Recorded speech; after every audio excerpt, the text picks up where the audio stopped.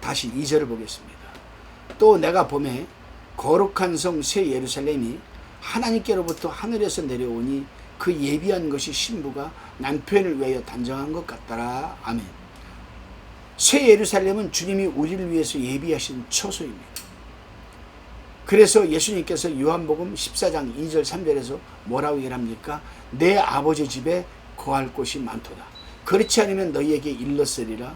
내가 너희를 위하여 처소를 예비하러 가노니 가서 너희를 위하여 처소를 예비하면 내가 다시 와서 너희를 내게로 영접하여 나 있는 곳에 너희도 있게 하리라. 여러분, 분명히 이 말씀이 있는데 문자적으로 왜 우리는 이 말씀을 이상하게 상징적으로 영적으로 해석을 하려고 하는 건지 모르겠습니다. 문자적으로 그대로 믿어야 되는 거예요. 이 말씀대로 예수님은 지금 가셨잖아요. 가서 우리가 들어갈 처소를 지금 예비해 두셨잖아요. 예수님이 다시 오시기만 하면 되는 겁니다. 그래요, 여러분. 예루살렘은 땅에 예루살렘이 있고 하늘이 예루살렘이 있습니다. 땅이 예루살렘이 있고 하늘이 예루살렘이 있습니다. 새 예루살렘은 하늘의 도성인 하늘의 예루살렘이죠. 히브리서 12장 22절 참고하시기 바랍니다. 갈라디아서 4장 26절에는 이것이 위에 있는 예루살렘으로 표현되어 있습니다. 새 예루살렘의 거주자들은 앞으로 이 새 땅에서 왕노릇할 바로 여러분 그리스도인 여러분과 저라는 사실입니다. 여러분. 새 예루살렘을 신부 곧 어린 양의 아내라고 21장 9절에 기록하고 있죠. 이것은 교회인 신부들의 거처임을 지금 예시하는 겁니다. 아무나 새 예루살렘에 들어가는 것이 아닙니다. 여러분 예수 믿는다고 해서 교회 다닌다고 해서 아무나 여러분 새 예루살렘에 들어가서 아무나 정치하고 아무나 고을들을 다스립니까?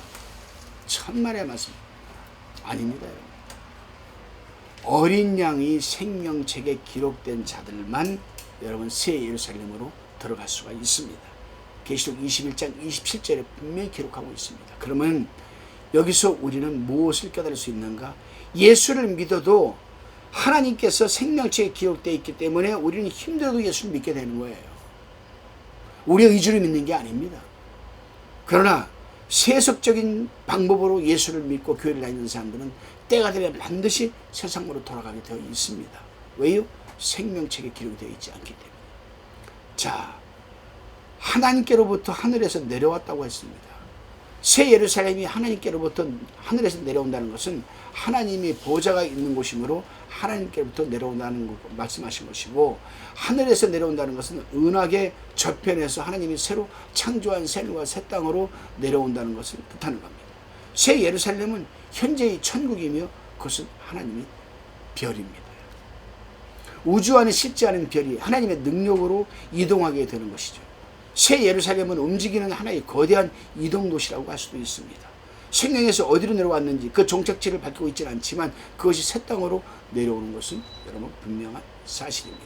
그것이 이 새 땅에 내려옴으로써 하나님의 장막이 사람들과 함께 있게 되고 땅의 왕들이 자기 영광을 가지고 그리로 들어가게 되며 사람들이 만국의 영광과 존귀를 가지고 그리로 들어가게 됩니다. 이 하늘에서 내려오는 이 새 예루살렘 성은 신앙의 승리자들에게 주어지는 선물임이 성경에 분명히 기록되어 있습니다.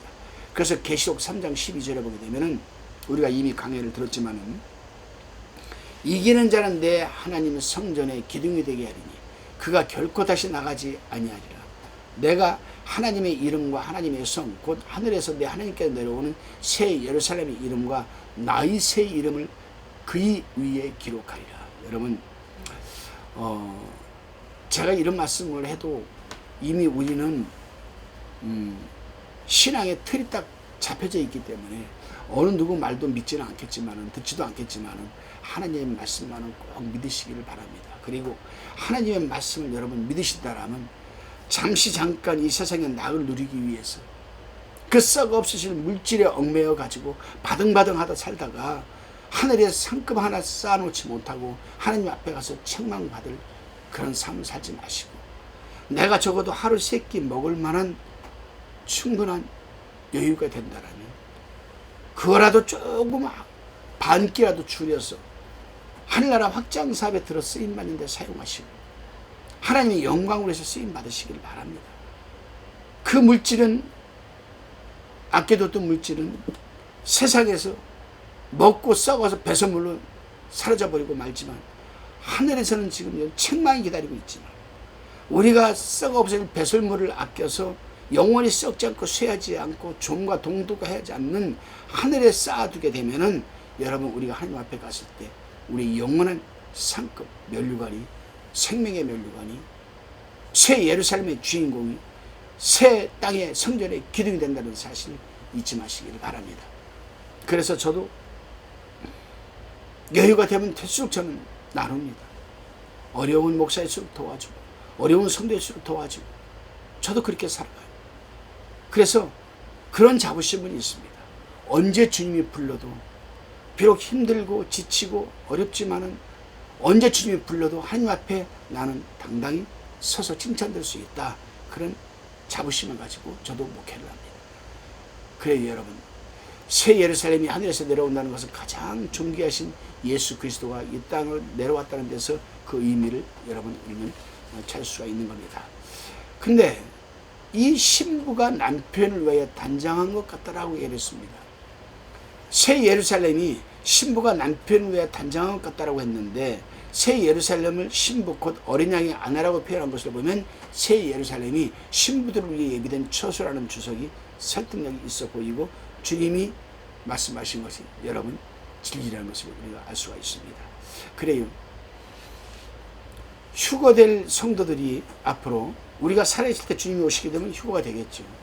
또 우리가 주님이 오시기 전에 이 세상을 떠나게 되면은 우리는 아브라함 품에 들어가 있다가 주님이 오실 때 다시 부활해서 우리도 참여할 수가 있습니다.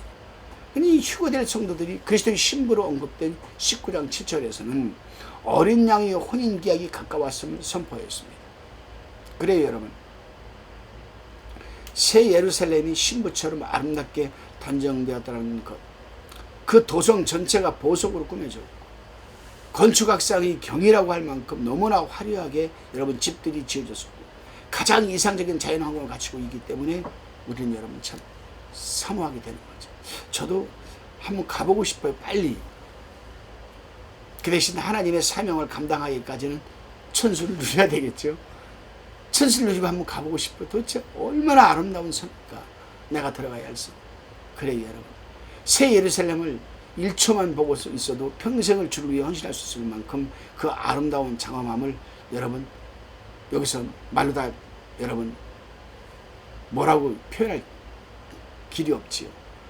사모하시기 바랍니다, 여러분. 그래요. 다시금 3절을 보겠습니다. 내가 들으니 보좌에서 큰 음성이 나서 가로되 보라, 하나님의 장막이 사람들과 함께 있음에 하나님이 저희와 함께 거하시리니 저희는 하나님의 백성이 되고 하나님은 친히 저희와 함께 계셔서라고 합니다. 이제부터는 하나님의 장막이 사람들과 함께 있겠다라고 선언되어 있습니다. 하나님이 영원한 계획은 사람들과 함께 있는 것입니다. 새 예루살렘이 새 땅으로 내려오는 목적도 바로 여러분 하나님께서 하나님의 백성들과 함께 있기 위해서입니다. 인간은 하나님의 형상으로 지음을 받았기 때문에 본질적으로 하나님과 함께 있어야만 합니다. 그러나 범죄로 말미암아 하나님과의 분리가 생겼죠. 하나님의 사람들과 함께 있고 싶어 했어도 이 범죄하는 흔적 때문에 함께 할 수가 없어요. 그래서 예수님께서 그 범죄하는 흔적을 지워주기 위해서 예수님께서 이 땅에 오신 건 아니겠습니까? 그래요, 여러분. 그래서 레위기서 26장 11절 12절을 보게 되면 하나님께서 이 말씀을 하셨습니다.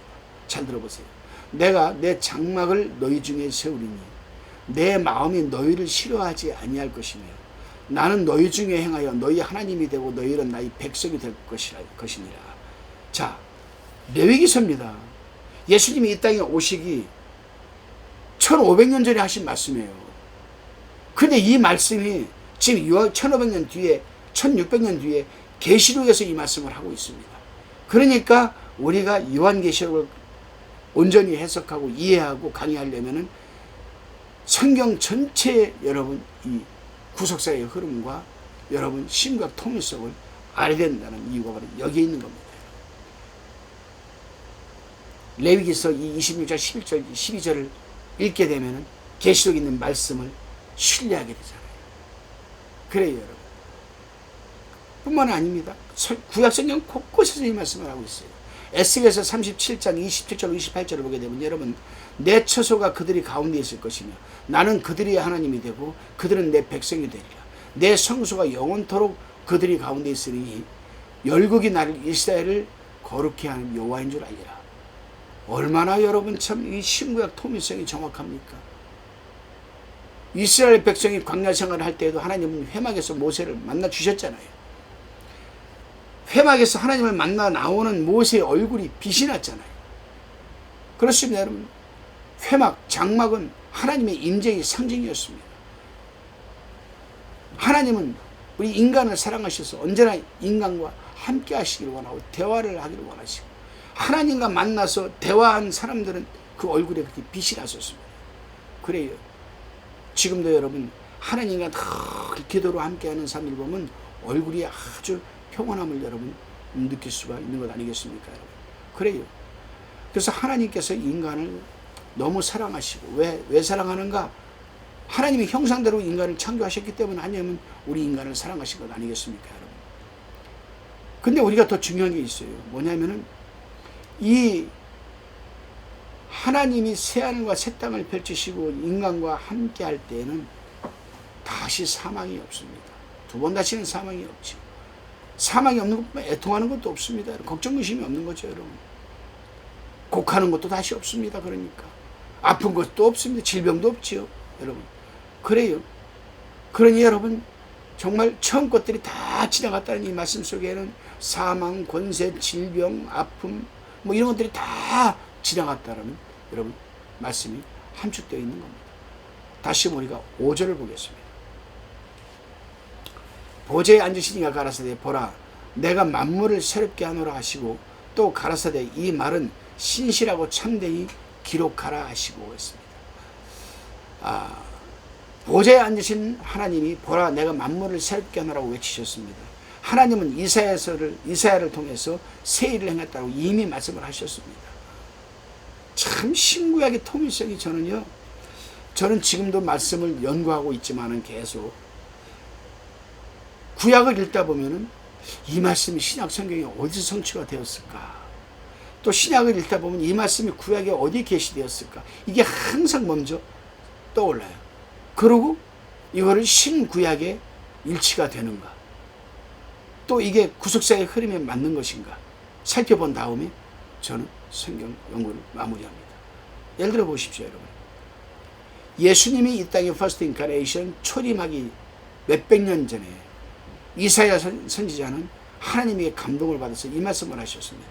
너희는 이전 일을 기억하지 말며 옛적 일을 생각하지 말라. 보라 내가 새 일을 행하리니 이제 나타낼 것이라 너희가 그것을 알지 못하겠느냐? 이 말씀을 하셨거든요.